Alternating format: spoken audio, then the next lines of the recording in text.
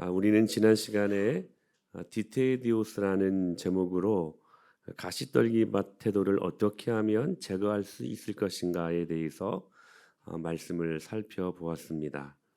특히 이 가시떨기밭에는 세 가지 가시가 있는데 그 첫 번째 가시가 염려라는 가시라고 말씀을 드렸고, 그런 의미에서 우리가 염려하지 말아야 될 세 가지 이유를 살펴보았습니다. 하나는 해롭기 때문이다. 또 하나는 무익하기 때문이고, 또 하나는 어리석은 짓이기 때문이다. 이 세 가지 이유로 우리는 염려하지 말아야 될 것들을 말씀을 들었습니다. 그런데 이 염려는 우리가 묶을 수 있습니다. 무엇으로 묶을 수 있냐면 믿음으로 묶을 수 있습니다. 그러면 어떤 믿음으로 이 염려를 우리가 묶을 수 있을 것인가 기억나십니까? 하물며 너희일까 보냐의 믿음. 또 하나는 있어야 할 줄을 아시노니라라고 하는 믿음. 세 번째는 이 모든 것을 너희에게 더하시리라의 믿음. 할렐루야. 여러분, 이 세 가지 믿음을 마음속 깊이 여러분들이 이 말씀을 받고 염려가 일어날 때마다 이 세 가지의 외침이 여러분들 마음 안에서 일어나야 됩니다. 하물며 너희일까 보냐. 있어야 할 줄을 아노라. 이 모든 것을 더하시리라.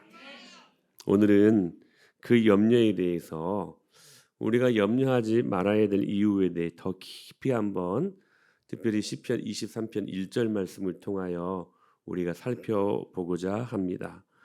오늘 우리가 읽었던 본문 시편 23편은 우리가 시편 중에서도 가장 애송하는 그러한 사랑하는 그러한 시이지요. 이 아름다운 고백 속에서 다윗이 뭐라고 고백하고 있냐면 여호와는 나의 목자시니라고 그렇게 고백하고 있습니다.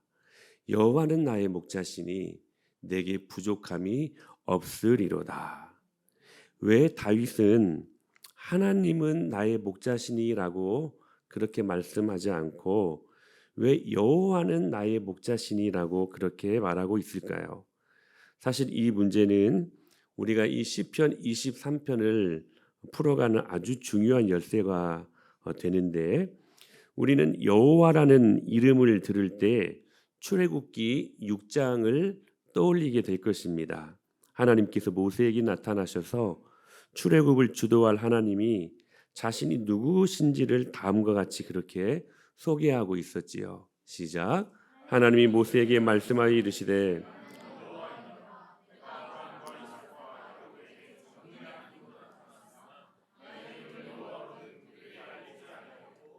가나안 땅 곧 그들이 거류하는 땅을 그들에게 주기로. 즉 여호와라는 하나님의 명칭은 그분의 가장 고유한 칭호입니다.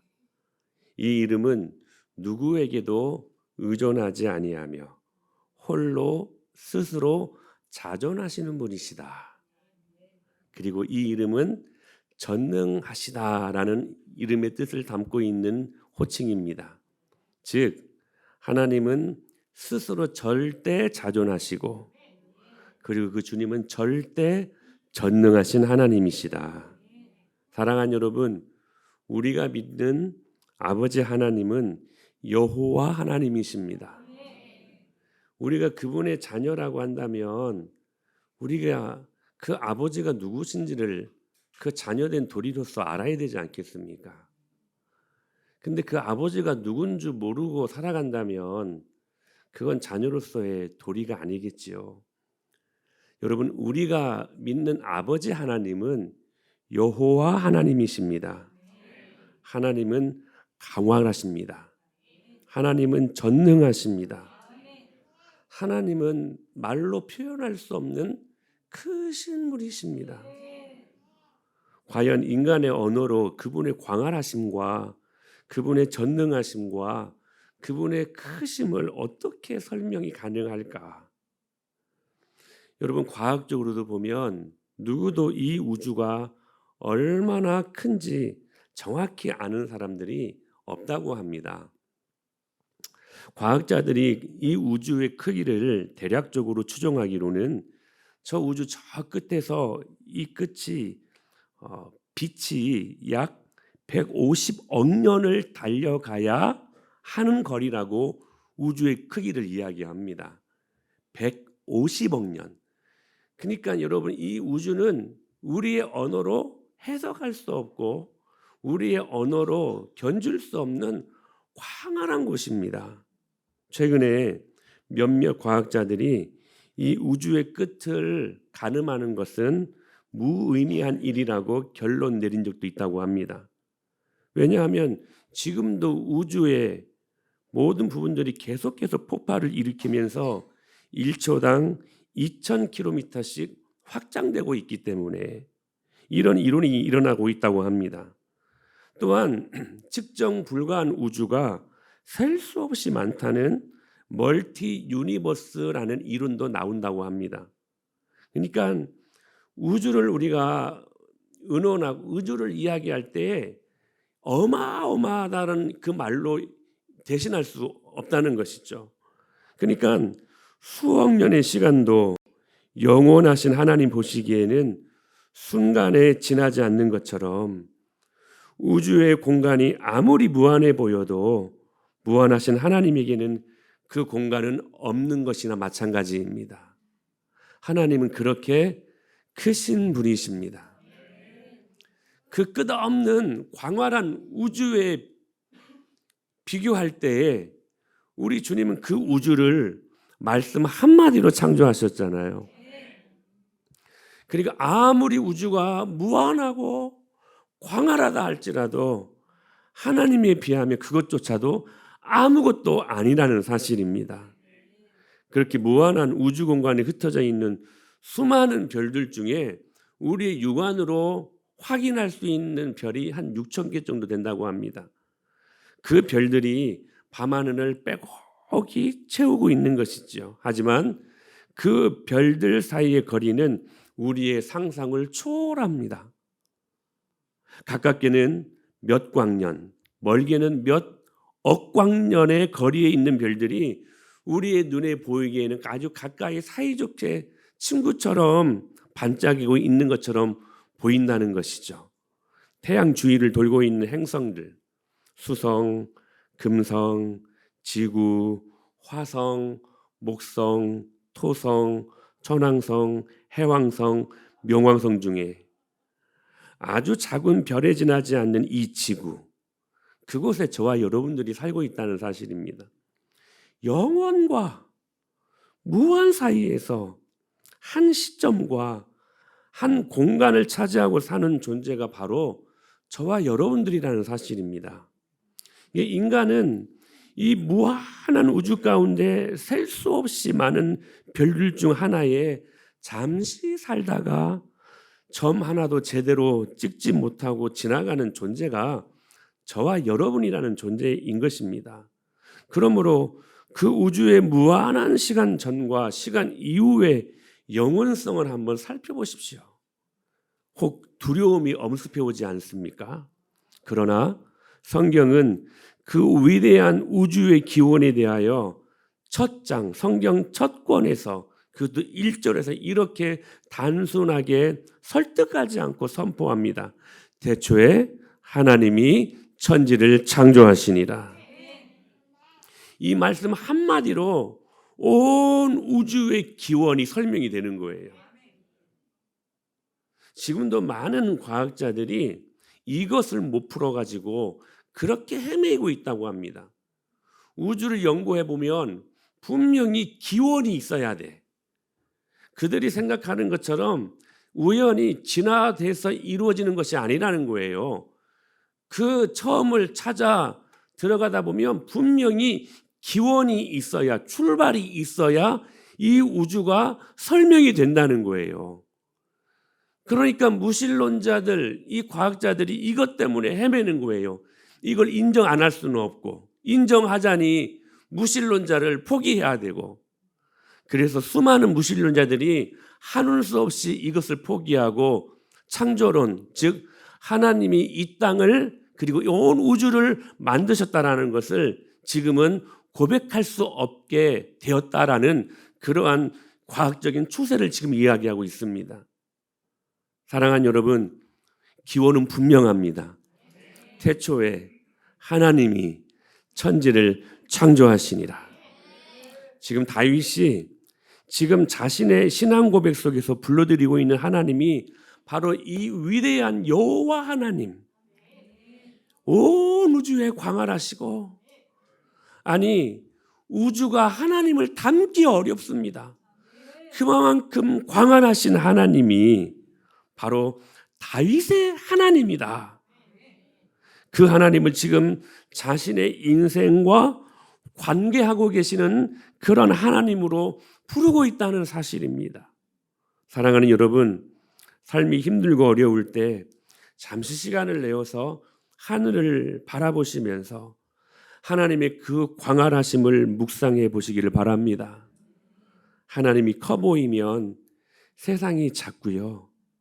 세상이 커 보이면 하나님이 작아 보입니다. 사랑하는 여러분, 여러분들은 오늘 무엇 때문에 염려하고 계십니까? 무엇 때문에 근심하시고 무엇 때문에 두려워하고 계십니까? 하나님을 두려워하십시오. 이 광활하신 하나님을 여러분 믿음의 눈으로 여러분의 모든 신앙생활에 여러분 최고의 주님으로 모실 수 있게 되길 축복합니다. 그때 여러분이 염려하고 근심하는 것들은 작게 보일 것입니다. 왜냐하면 하나님이 너무 커 보이시니까. 그 하나님이 내 인생 가운데 너무 크게 작동하시니까 상대적으로 내가 염려했던 것들, 내가 두려워하며 근심했던 것들은 아무것도 아닌 것들이 된다는 사실입니다. 그런데 하나님이 작아 보이면 그 광활하신 하나님이, 광활하심이 뭐예요? 아주 작은 하나님으로 그렇게 여러분들이 느껴진다면 여러분의 모든 염려거리, 근심거리들이 커 보일 것입니다. 그것 때문에 힘든 것입니다. 그래서 다윗은 시편 8편에서 이렇게 고백했습니다. 시작.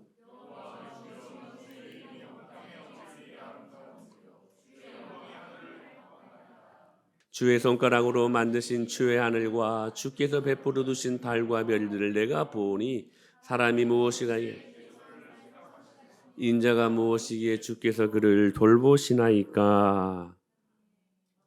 다윗이 인자한 하나님은 온 땅의 하나님이시고 우주의 주인이시고 우리 신앙의 상태에 의하여 소멸될 수 없는 불변의 언약을 주도하고 계신 전능하신 거룩하신 하나님이셨습니다. 뿐만 아니라 여호와는 다윗의 미래에서도 그 위대한 능력으로 온 세상을 다스리시고 온 땅 위에 당신의 통치를 보이실 그러한 하나님이셨습니다.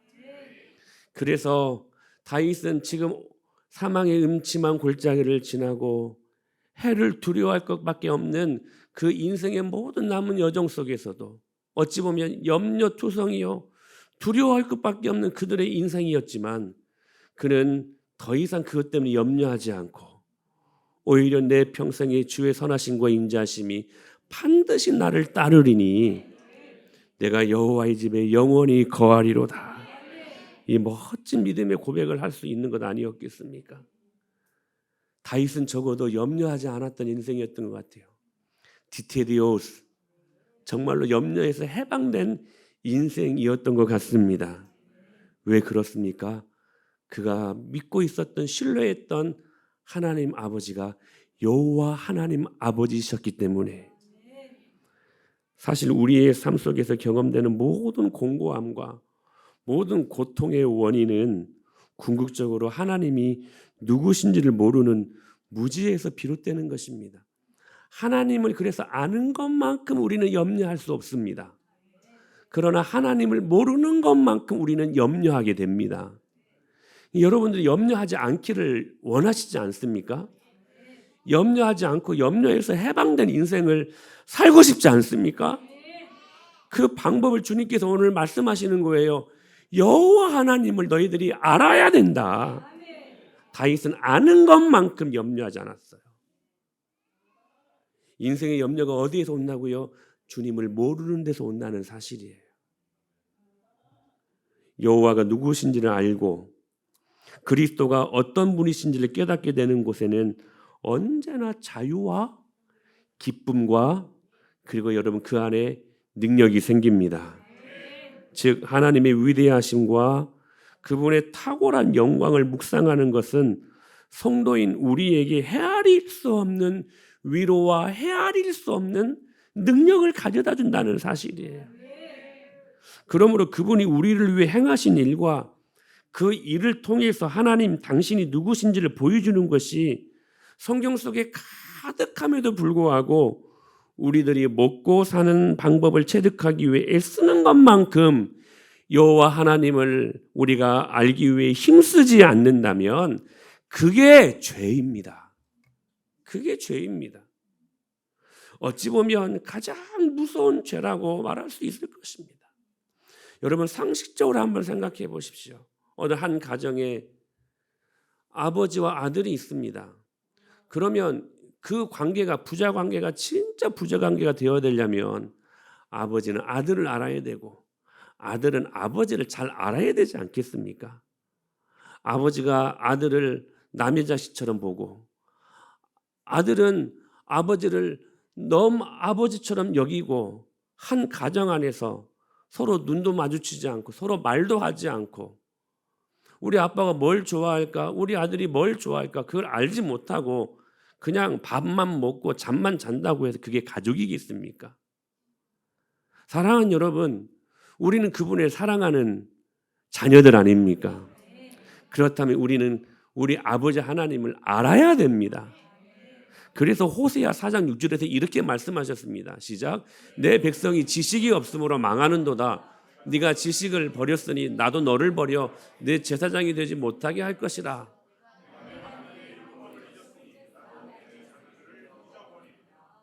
하나님을 아는 지식이 없기 때문에 우리가 염려하게 되고 근심하게 되고 두려움에 벌벌 떨게 될 때에 이 삶이 우리의 삶 속에 만연이 될 때에 그때 우리는 하나님을 떠나는 망하는 사람들이 된다는 사실입니다. 그러므로 여러 가지 많은 문제들 속에서 허덕이고 있을 때 여러분이 여러분 자신만을 주목하고 있는 한 여러분의 모든 마음의 고통은 치유될 길이 없을 것이고 심령의 상처는 결코 아물지 아니하고 계속해서 덧날 것이기 때문에 그렇습니다. 바로 그때 우리는 이런 질문을 할 수 있어야만 합니다. 내가 알고 있는 하나님이 누구신가? 왜냐하면 꼭 기억하세요. 세상을 이길 수 있는 힘은 우리가 알고 있는 하나님의 광대하심의 정도에 비례하기 때문입니다. 하나님은 아는 것이 여러분들에게 힘입니다. 주님은 여호와 하나님이십니다. 그 광활한 우주마저도 지금도 말씀 한마디로 만물을 붙드시고 오늘 또 온 우주를 말씀 한마디로 통치하시고 그분의 선하신 섭리 가운데 이끌어 가시는 그 주님이 우리가 믿는 아버지 여호와 하나님이십니다. 또 하나는 다윗은 이렇게 고백합니다. 여호와는 나의 목자시니. 자, 하나님이 여호와시다. 그분은 광활하시다. 그분은 전능하시다. 이건 팩트입니다. 그러나 더 중요한 것이 있어요.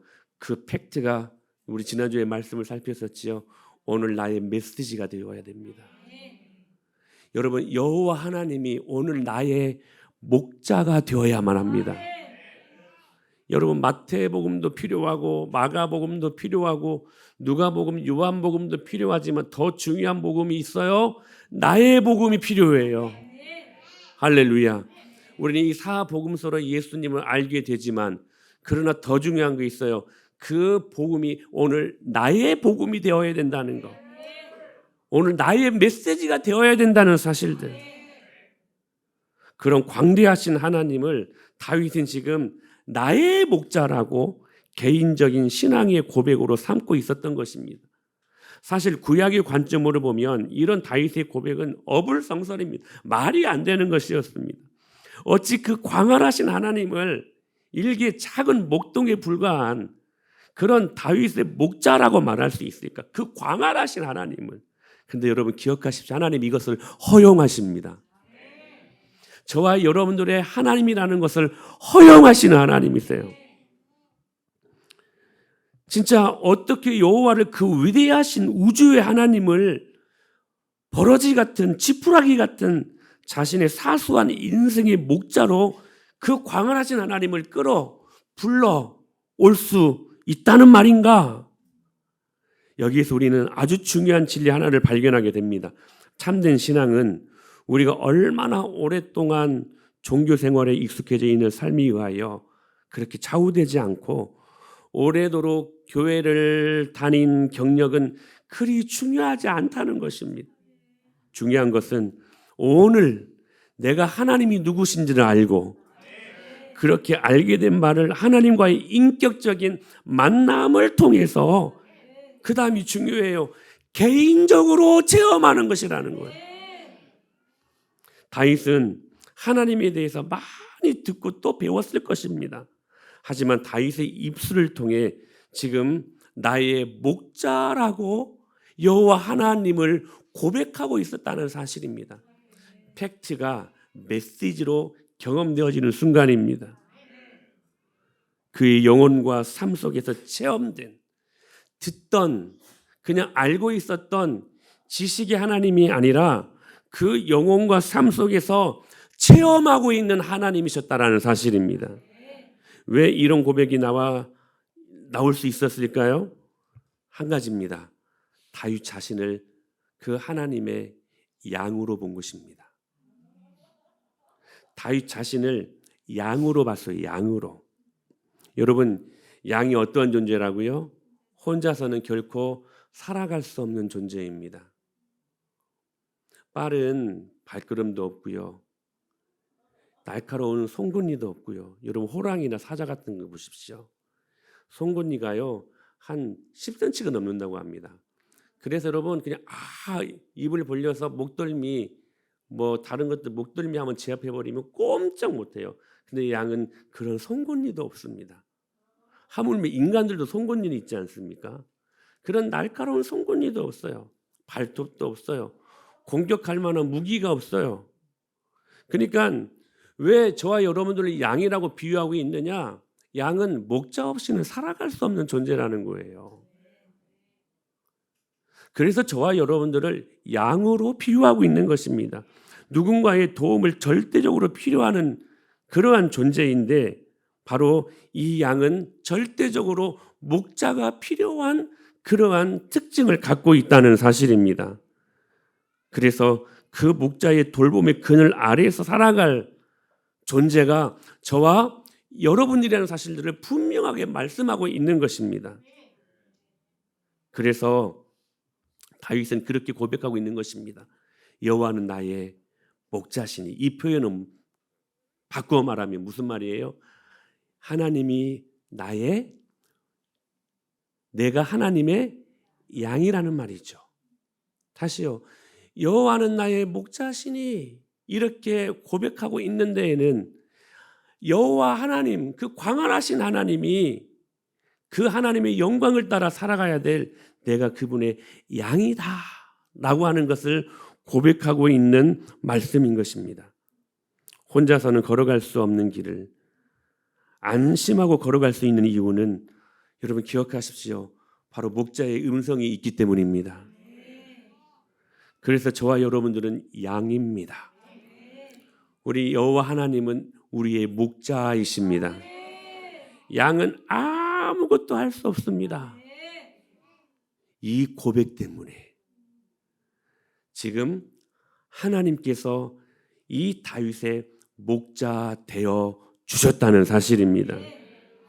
여러분, 혼자서는 걸어갈 수 없는 길을 우리 양들이 안심하고 걸어갈 수 있는 이유는 다른 것 아닙니다. 항상 그 양들에게는 목자의 선한 꼴이 있기 때문에 그렇습니다. 선한 꼴, 음성이 있기 때문이라는 거. 어디에서 풀을 먹어야 하고 어디에서 물을 마셔야 할지 자기는 모르지만 목자의 음성을 듣는 한 이 양떼들은 절대로 뭐 할 수 없어요? 염려할 수 없습니다. 그게 절대적인 거예요. 절대적인 거. 이 양들에게는 목자 대신 여호와 하나님의 음성이 그들을 살게 하는 절대적인 거. 그러니까 그 음성이 들려지는 그 상황이라면 이 양은 그 어떤 상황 속에서도 염려할 수 없게 된다는 사실입니다. 문제는 뭐냐면 목자의 음성을 듣지 못하니까 염려하는 거예요.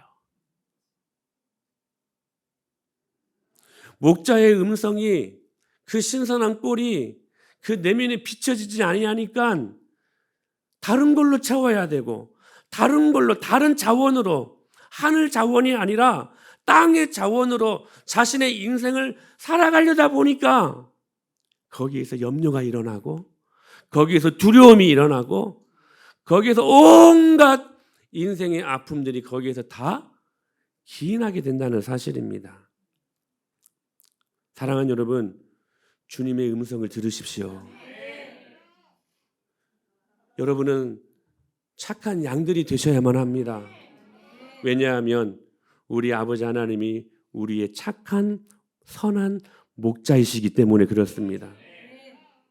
선한 목자의 제1계명이 하나님이 허락하시는 신선한 꼴을 양떼들에게 잘 먹이는 것입니다. 그러나 목양관계는 쌍방이 같이 이 관계가 성립이 되어야 하니 착한 양들의 제1계명이 있습니다. 그 음성을 하나님 말씀으로 잘 듣고 따라가는 것입니다. 이것이 우리가 다음 주부터 들어야 될 좋은 밭에 임하는 그러한 사람들의 마음밭입니다. 그러나 일단 양의 마음이 목자의 인도만을 따라가야 한다는 사실들에 대해서 간혹 회의를 품게 될 때가 있죠. 여러분, 우리 한번 솔직해 보십시다. 우리가 12년 동안 저랑 같이 우리 은혜마을교회에서 같이 신앙생활을 하면서도 어떨 때는 이 하나님의 말씀에 회의를 품을 때가 있지 않았습니까? 그 저 말씀이 진짜 하나님 말씀인가? 그 저 말씀대로 꼭 순종해야 내가 정말 잘 사는 것일까? 이렇게 여러분 회의를 품을 때가 있지 않았습니까? 그런데 이상해요. 회의를 품기 시작하면 이전에 들리지 않았던 수많은 소리들이 들려오기 시작합니다.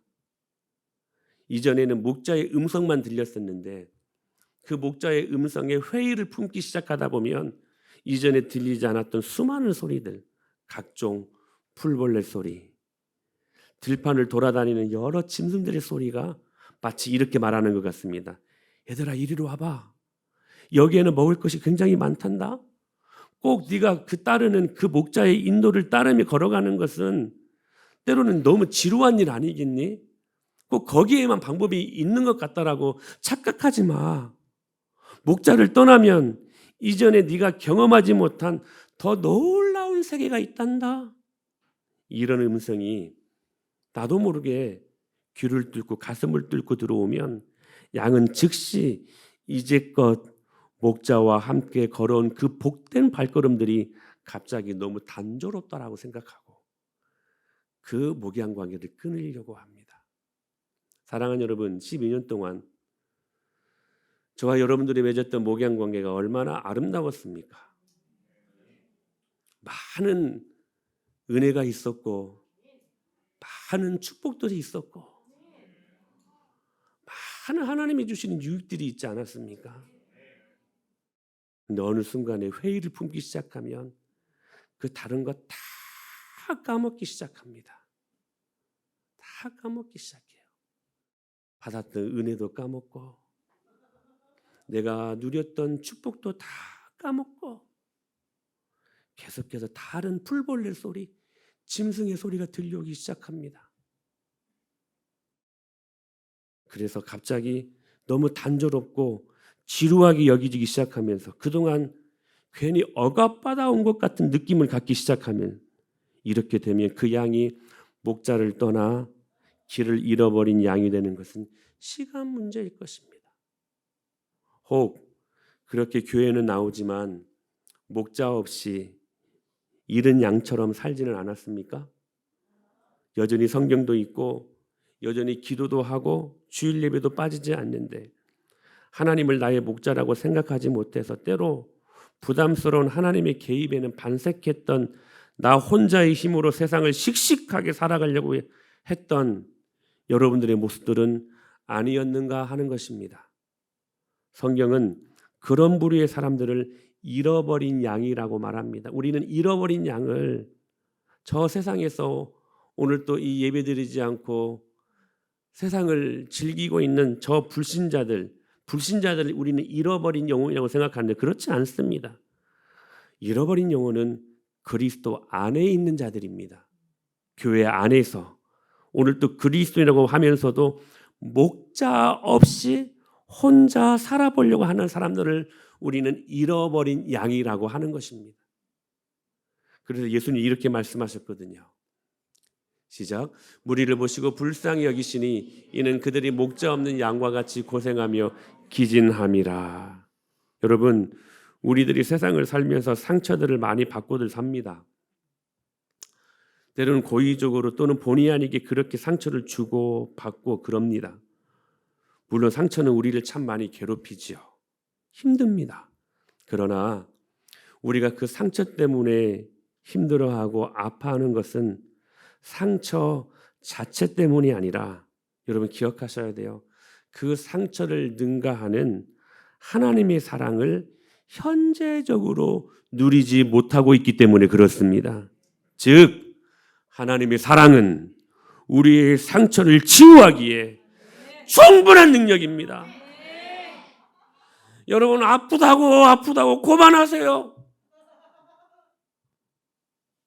언제까지 2년 전, 3년 전 그 견고한 진 드러내고 기도했던 거 아직도 제거하지 못하고 계속 넘어진 뒤에 또 넘어지고 아직도 그 죄의 문제들을 해결하지 못해서 여지없이 하나님의 은혜와 사랑이 풍성히 오늘날도 여러분들 심정 속에 작동하고 있음에도 불구하고 그것 때문에 또 넘어지고 별것도 아니에요. 그런데 하나님의 사랑이 여러분 그것을 능가하지 못하는 것이 아닙니다. 여러분들이 생각하는 십자가의 사랑이 째째한 것이 아니에요. 시시한 게 아니에요. 여러분의 상처를 능가하는 것은 하나님의 사랑입니다. 여러분이 그것 때문에 힘들어하고 또 넘어진다면 여러분들은 고민하셔야 돼요. 내가 진짜 예수 그리스도의 십자가의 사랑이 내 마음속에 정말 내 안에 있는가? 여러분 고민하시고 이거 해결하셔야 돼요. 언제까지 계속 넘어지는 또 넘어지고 별것도 아니라니까요. 그런데 십자가의 사랑이 그것을 뛰어넘지 못하는 여러분 그 시시한 신앙생활, 여러분 그걸 누가 보고 메리트를 느끼고 여러분들을 보면서 교회에 나올 만한 마음이 생기겠습니까? 죽음마저도 이기게 하는 것이 예수 그리스도의 십자가 사랑 아닙니까? 오늘 여러분 이 말씀을 놓치지 마세요. 놓치지 마세요.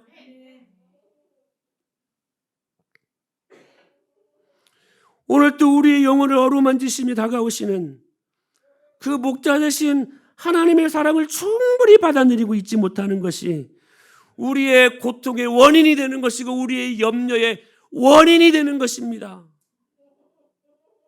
그러므로 하나님 앞에 우리의 문제는 이전에 우리가 길을 잃어버렸다는 사실이 아니라 잃은 양이 되었음에도 불구하고 교만해가지고 여러분 왜 양으로서 이 다윗에게 하나님이 목자 되심을 체험하고 있는 줄 아십니까? 양은 아무것도 할 수 없는 존재라니까요. 그것을 인정하기 때문에 하나님이 그의 목자가 되어 주셨다는 사실들을 기억하셔야 돼요. 자기는 양이 아닌 것처럼 생각해요.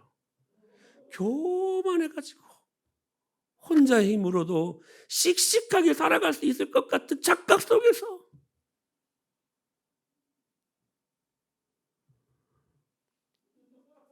여러분 기억하셔야 돼요. 하나님 앞에 우리의 문제는 이전에 우리가 길을 잃어버렸다는 사실이 아니라 잃은 양이 되었음에도 불구하고 오늘 또 내미시는 그 목자의 손을 거절하는 것에 있다는 사실입니다. 그래서 혼자 염려하다가 뼈는 마르고 피는 마르고 하나님의 영광의 기쁨을 경험하지 못하고 그렇게 살다가 지옥에 가는 것입니다. 문제는 지난날의 죄와 상처가 아닙니다. 오늘 우리를 부르시는 하나님 앞에서 인격적으로 내가 승복하지 않고 그분의 목양 아래 살기를 싫어하는 우리들의 불순종과 그 제거되지 아니하는 저 깊이 뿌리 박혀 있는 그 똥꼬집, 그 고집스러움이 문제라는 사실입니다. 사랑하는 여러분, 여러분들에게 간곡히 권면합니다. 여러분은 절대로 혼자의 힘으로 살 수 없는 존재들입니다. 하나님 보시기에 누가 가장 불쌍한가? 혼자 힘으로 씩씩하게 살아가려고 하는 자들. 우리는 양입니다. 절대로 혼자 살아갈 수 없는 존재들이라는 거예요. 혼자 살아가려다 보니까 염려하죠. 우리가 믿는 목자 되신 하나님이 어떤 하나님이시라고요? 여호와 하나님이시라고요. 여러분의 문제는 아무것도 아니에요. 그 광활하심이 모든 문제를 다 해결하실 수 있는 전능하신 하나님이시라고요. 그분을 나의 목자로 내가 그분의 양이라고 고백하지 못하니까 온 세상의 모든 염려를 내가 다 혼자 끌어안고 그렇게 살다가 평생 그게 짐이 돼요. 주님이 주시는 참된 복음의 자유를 기쁨으로 제대로 한번 누리지 못하고 그렇게 살다가 예수님은 믿음에도 불구하고 이마에는 주름과 여기 볼에는 팔자주름과 늘 고통과 그리고 고민과 염려 속에서만 살다가 지옥 같은 인생을 살다가 지옥으로 가는 것 아니겠습니까? 사랑하는 여러분, 우리의 목자 되신 예수 그리스도를 바라보십시오. 그분의 목양 관계 안에 들어와 살 수 있게 되기를 축복합니다. 여러분 기억하셔야 돼요. 하나님의 사람들을 돌보는 하나님의 방법은 목양입니다. 그 관계 안에 있을 때에 다윗은 고백합니다. 내게 부족함이 없으리로다. 여러분 정말 다윗에게 부족함이 없었을까요? 모든 것이 형통한 자신에게 여러분 지금 그 상황이어서 이 시를 쓰고 있는 것일까요? 아닙니다. 다윗의 유년기를 보십시오. 그는 하가톤이었습니다. 부모로부터 형제들로부터 괄시받고요. 사울로부터는 계속해서 시기의 대상이 되어서 도망가야만 했던 아내 미갈로부터도 욕을 받는 조롱을 받는 아들들이 죽이려고 덤벼들고요. 충복들이 반역을 일으켜가지고 그의 인생은 한마디로 늘 언제나 결핍, 늘 언제나 염려와 근심과 두려움의 상황 아니었습니까? 그런데 다윗이 고백합니다. 내게 부족함이 없으리로다. 자신의 막 체면을 걸어가지고 나는 지금 힘들지만 나는 부족함이 없어. 부족함이 나는 할 수 있다. 이렇게 체면을 걸어서 고백하는 게 아니에요. 실감나는 믿음의 고백이었어요. 내게 부족함이 없으리로다. 다윗이 어떻게 이 결핍과 이 염려로부터 가득 찬 이 어두운 세상을 지나며 내게 부족함이 없으리로다 이 고백을 할 수 있었을까? 다윗으로 하여금 부족한 것이 없게 만들어준 것은 여러분 기억하셔야 돼요. 이 세상이나 세상에 있는 것들이 아니었습니다. 풍부한 환경이 그를 부족한 것이 없다고 고백하게 만들어준 것이 아니었다는 거예요. 그의 신앙생활의 여건이 그로 하여금 하나님 앞에 이같이 위대한 부르의 찬양을 드리게 만들어준 것도 아니었다는 것입니다. 그를 부족함이 없게 만들어준 것은 바로 이거였습니다. 하나님과의 관계였습니다. 출애굽기 6장 7절 말씀 시작.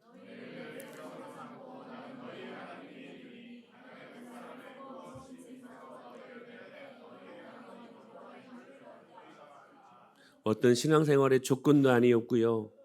어떤 그들의 사는 형편과 처지도 아니었고 그를 부족함 없게 만들어준 것은 하나님과의 풍요로운 관계 때문이었다는 사실입니다. 하나님의 자녀들은 여러분 저를 보세요. 하나님을 즐거워하는 자들이 되어야 합니다. 하나님이 나의 하나님이 되시고 내가 그분의 자녀가 되었다는 사실로 인하여 저와 여러분들은 한없이 즐거워하는 자들입니다.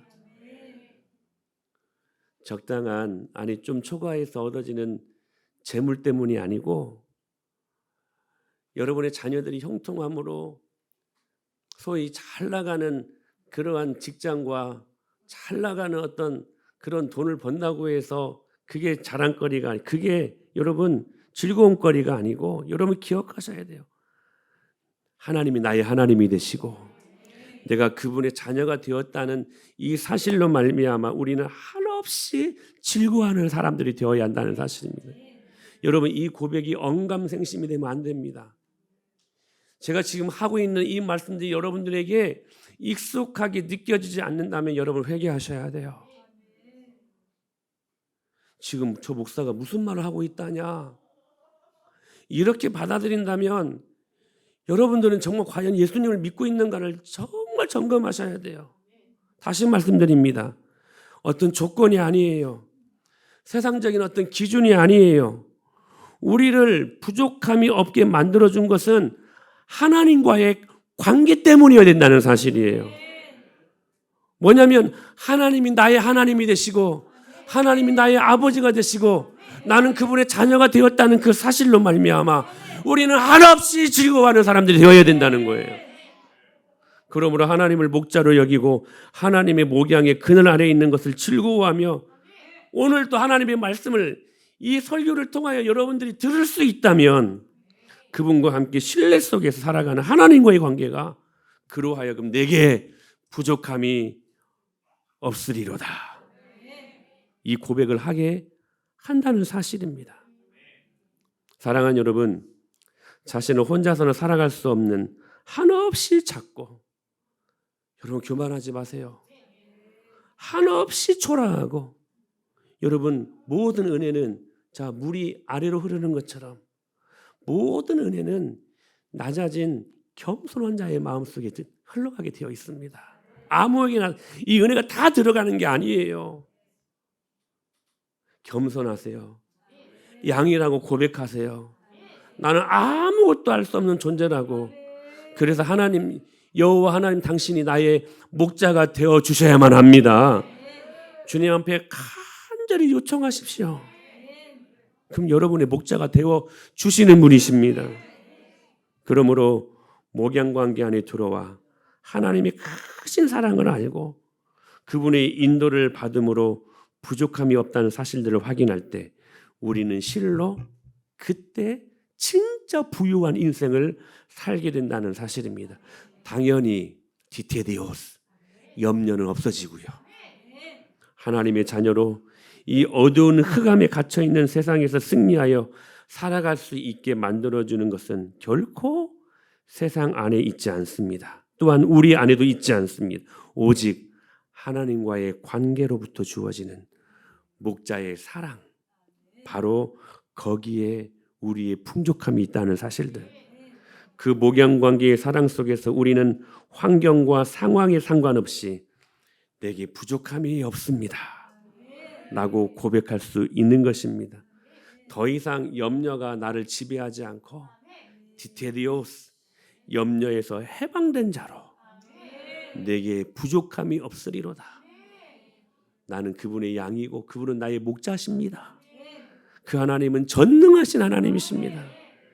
여러분 우리를 그렇게 인도해 주시는 선한 목자와 그분을 절대 신뢰하며 그렇게 따라가는 양의 행복, 이것이 바로 그리스도 안에서 우리에게 주어진 특권이라는 사실들을 믿음으로 깨닫고 우리 같이 한번 외쳐볼까요? 디테데오스 한성법, 디테데오스 한성법. 다시 한번 더 크게 디테데오스 한성법. 진짜 이 믿음으로 우리는 주님 앞에 서게 될 것을 믿습니다. 여호와는 나의 목자시니 내게 부족함이 없으리로다. 그분과의 관계를 튼튼히 하십시오.